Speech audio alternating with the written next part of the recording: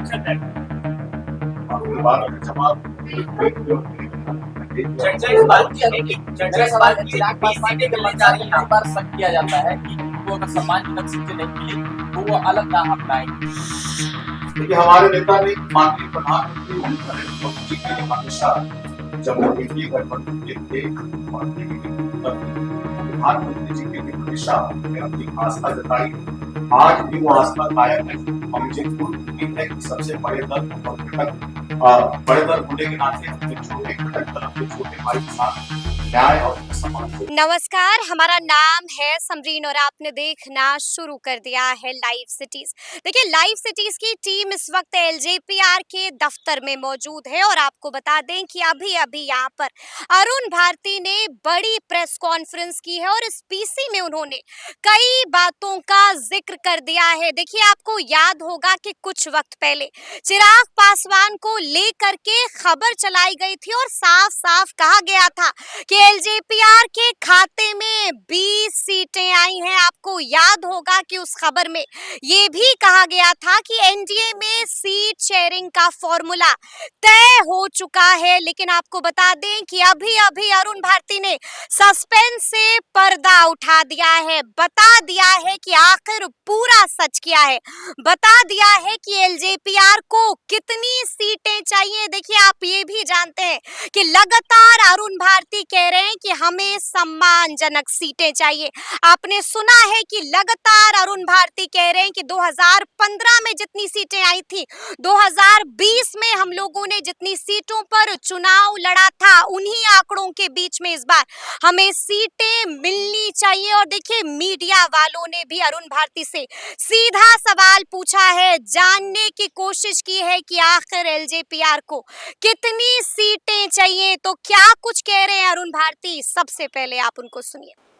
साथियों, आपको बुलाने का एक ही आशय है कि जो नवसंकल्प महासभा, आपको भी याद है कि बिहार की राजनीति में इस वर्ष का चुनाव एक निर्णायक दौर होगा, जहां से बिहार की राजनीति में अगले 1.5 से 2 दशकों के लिए राजनीति की दशा और दिशा तय होने वाली है। अगले बिहार के कौन नेता होंगे 1.5 से 2 दशकों के लिए, ये इस चुनाव में तय होगा। ऐसे में हम लोगों ने अपनी पार्टी की तरफ से अपने नेता चिराग पासवान जी के लिए, बिहार के लिए, बिहार की राजनीति के लिए शाहाबाद से, आरा के रमना मैदान से नव संकल्प महासभा शुरू किया था और इसी कड़ी में आरा के बाद हम लोगों ने छपरा में, मुंगेर में, गया में किया और अगला जो हमारा नव संकल्प महासभा का जो पड़ाव है वह मुजफ्फरपुर की धरती है। 4 सितंबर को लगभग सुबह 11 बजे से एमआईटी मुजफ्फरपुर के मैदान में हमारे नेता चिराग पासवान जी वहां आकर के मुजफ्फरपुर में नव संकल्प महासभा में आए हुए हमारे जितने भी मुजफ्फरपुर लगभग 9 जिलों के जो हम लोगों ने चिन्हित किया है उसकी जनता को संबोधित करेंगे, अपनी बात को रखेंगे, विकसित बिहार की बात को रखेंगे, बिहार फर्स्ट, बिहारी फर्स्ट की बात को रखेंगे और आने वाले समय में हमारे कार्यकर्ता, हमारे नेता, हमारे राष्ट्रीय अध्यक्ष जी की बिहार को लेकर के उनका आगे का क्या रणनीति है, क्या प्लान है, इसको रखेंगे। आप सभी को आज के प्रेस कॉन्फ्रेंस के माध्यम से नव संकल्प महासभा मुजफ्फरपुर की 4 सितंबर की औपचारिक जानकारी देनी थी। इसके बाद आप लोग हम लोग उन सवालों का जवाब देंगे।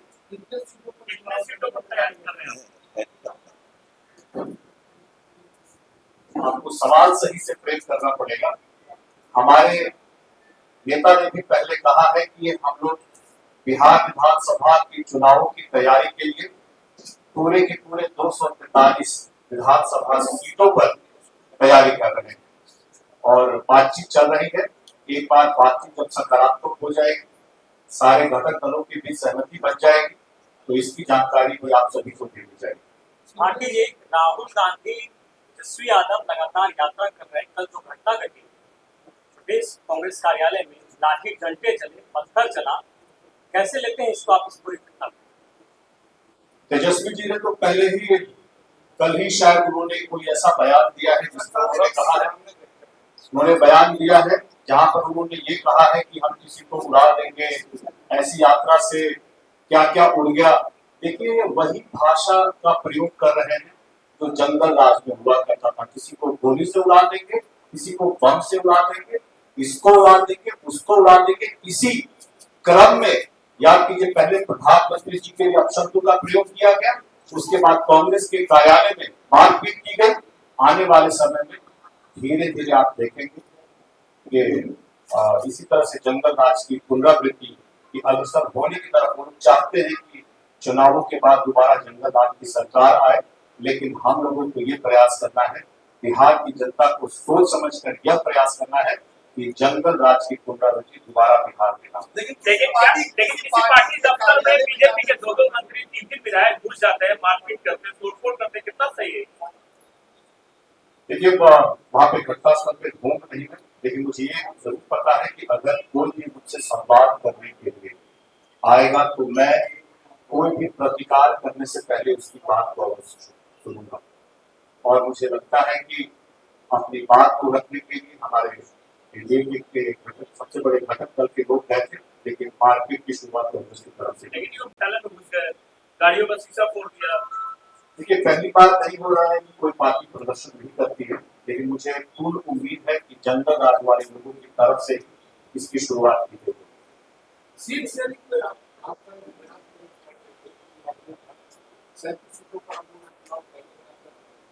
सीट शेयरिंग पर एक फिक्सा बताएं कि कैसे जी बिल्कुल, मैं उस बयान के बारे में क्लैरिटी दे दूं।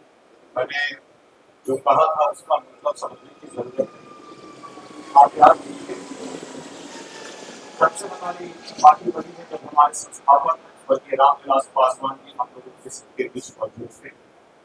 तब से लेकर के आज तक हमारी पार्टी, चाहे वो लोक जनशक्ति पार्टी थी या लोक जनशक्ति पार्टी रामविलास, कभी भी जनता दल यूनाइटेड के साथ हम लोगों ने बिहार विधानसभा ही नहीं कोई विधानसभा का चुनाव साथ करके लड़ा। ऐसे में इसका एक अपवाद मात्र झारखंड हो सकता है, लेकिन बिहार विधानसभा के किसी चुनाव में हम लोग जनता दल यूनाइटेड के साथ चुनावी मैदान में नहीं उतरे। ये हम लोगों के लिए एक इतिहास ही होगा, तो पूरे बिहार चुनाव में ऐतिहासिक होगा कि लोक जनशक्ति पार्टी रामविलास और जनता दल यूनाइटेड एक साथ विधानसभा के चुनाव में उतरे। आपको याद होगा कि 2015 में हम लोग 43 सीटों पर एनडीए के घटक दल के रूप में चुनाव लड़े थे। 2020 में हम लोगों ने 137 सीटों पर अपने उम्मीदवार उतारे थे।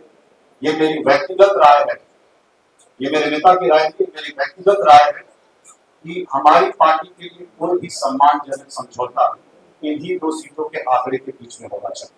मैंने 2024 के चुनाव में राहुल गांधी इसी तरह से उत्तर प्रदेश में घूमे थे, नुकसान हुआ था बीजेपी को। इस बार फिर वही स्ट्रेटजी अपना रहे हैं, ओबीसी ईबीसी दलित वोट बैंक पर पूरी नजर है। क्या लगता है इस यात्रा से कोई फर्क पड़ेगा वोट बैंक?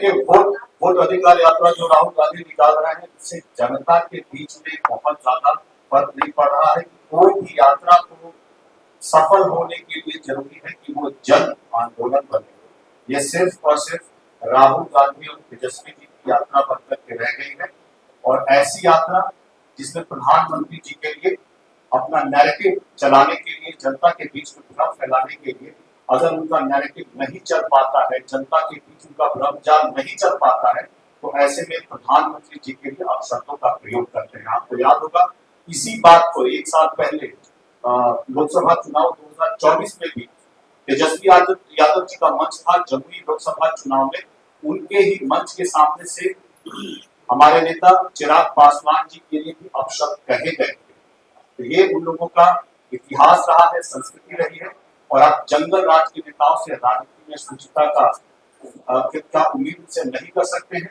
और मुझे लगता है कि यहाँ पर राहुल गांधी जी और तेजस्वी जी जिस तरह से यात्रा कर रहे हैं, यहाँ आकर के जनता के बीच में अपना नैरेटिव और भ्रम फैलाने का काम कर रहे हैं। जनता को भी समझ में आ रहा है कि यह लोग चाहते हैं कि जंगल राज की पुनरावृत्ति दोबारा बिहार में जो जनता नहीं होने देगी। हमें सम्मानजनक सीटें चाहिए, तो आपके मुताबिक या फिर एलजीपीआर के मुताबिक सम्मानजनक क्या होता है? कितनी सीटें मिलेंगी तो आपको लगेगा कि सम्मानजनक? क्योंकि पहली बार एक साथ देखिए हमारे 5 घटक दल हैं और मुझे लगता है कि सभी दलों को उनके हिसाब से जब तक सम्मानजनक सीटें नहीं मिलेगी, किसी एक घटक दल को अगर ये लगे कि हमें सम्मानजनक सीटें नहीं मिली है तो पूरे एनडीए के लिए सम्मानजनक सीट का समझौता नहीं होगा।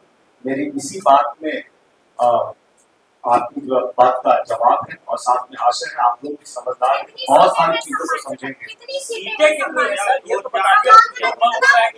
चिराग पासवान 20 सीट 25 सीट की बात हो रही है, क्या लगता है सम्मानजनक? देखिए अभी तक मैंने पार्टी की तरफ से पार्टी की कोई औपचारिक संख्या सीटों की नहीं है। हम लोगों ने भी अपनी तरफ से जो कहा है अपनी बातों को व्यक्तिगत तौर पे रखा है। जब तक गठबंधन के अंदर जो देखिए मुझसे बड़े नेता है जो इसको गठबंधन की सीटों के बारे में तय करेंगे, जब तक उनके बीच ये तय नहीं हो जाता है मेरा इस बारे में कोई भी आंकड़ा देना कुछ भी कहना सही नहीं होगा। चिराग पासवान जी के मंशा में 43 सीटों में भी काम चल जाएगा। आपकी बात का जवाब चर्चा इस बात की है कि चर्चा इस बात की चिराग पासवान जी के मंशा में कई बार शक किया जाता है कि उनको अगर सम्मानजनक सीटें नहीं मिली तो वो अलग राह अपनाएंगे। इसको लेकर आपको भी खड़ा जाता है, आप आया है ना, तो इन सभी चीजों को कैसे देखते हैं आप? देखिए हमारे नेता ने माननीय प्रधानमंत्री नरेंद्र मोदी जी के लिए हमेशा जब वो एनडीए गठबंधन में थे और नहीं भी थे तब भी प्रधानमंत्री जी के लिए हमेशा उन्हें अपनी आस्था जताई है। आज भी वो आस्था कायम है और मुझे पूर्ण उम्मीद है कि सबसे बड़े दल और घटक बड़े दल होने के नाते अपने छोटे घटक दल अपने छोटे भाई के साथ न्याय और उनका सम्मान जरूर। अरुण जी चर्चा इस बात आप ये फेक न्यूज है, ये ऐसी कोई बातचीत औपचारिक बातचीत पूरी नहीं हुई। तो सुना आपने कि अरुण भारती ने भी बिल्कुल साफ कर दिया है, बता दिया है कि अरुण भारती को, एलजेपीआर को, चिराग पासवान को कितनी सीटें चाहिए। देखिए आपने ये भी सुना है कि अरुण भारती ने ये भी बता दिया है कि आगे आगे चिराग पासवान और आगे आगे एलजेपीआर क्या कुछ करने जा रहा है। तो फिर ये पूरी वीडियो, पूरी जानकारी आपको कैसी लगी है कमेंट करके हमें जरूर बताइएगा। तो ऐसे तमाम अपडेट्स के लिए बिल्कुल ऐसे ही हमारे साथ बने रहिएगा और देखते रहिएगा लाइव सिटीज। बहुत शुक्रिया।